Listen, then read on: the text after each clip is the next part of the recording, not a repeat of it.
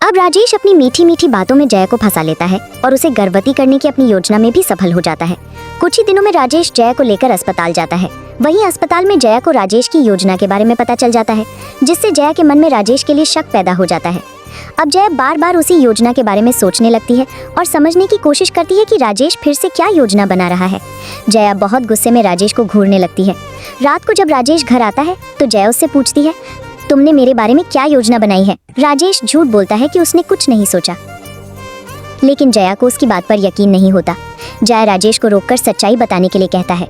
तब राजेश गुस्से में कहता है, तू क्या समझती थी कि मैं तुझे डर कर जीऊंगा? अब देख लिया ना मैंने तुझे कैसे फंसा दिया। अब तो मेरी औलाद को जन्म देगी और उसकी देखभाल करेगी। राजेश की ये बातें सुनकर जया अंदर से टूट जाती है और फूट फूट कर रोने लगती है। तभी अचानक उसे चक्कर आता है और वो नीचे गिर पड़ती है। अगले दिन उसे अस्पताल में भर्ती कराया जाता है। अस्पताल में जया की माँ उसे ताने मारती है और बुरा भला कहती है। उसके पिता भी उसे उसकी गलती के लिए सुनाते हैं। ये सब सुनकर जया दुखी होकर कहती है कि अब वो राजेश के साथ नहीं रहना चाहती, लेकिन उसके पिता भी उसे अपने घर लाने से इनकार कर देते हैं। जया रोती हुई अकेली ही कहीं दूर जाने का निर्णय लेती है।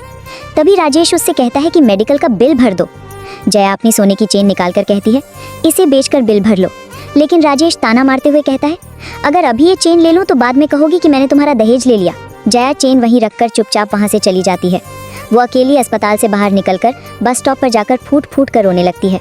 तभी उसका भाई आता है और एक भाई होने के नाते जया को समझाता है और उसे घर चलने के लिए कहता है, लेकिन जया घर जाने से इनकार कर देती है। नेक्स्ट पार्ट के लिए लाइक और कमेंट करें।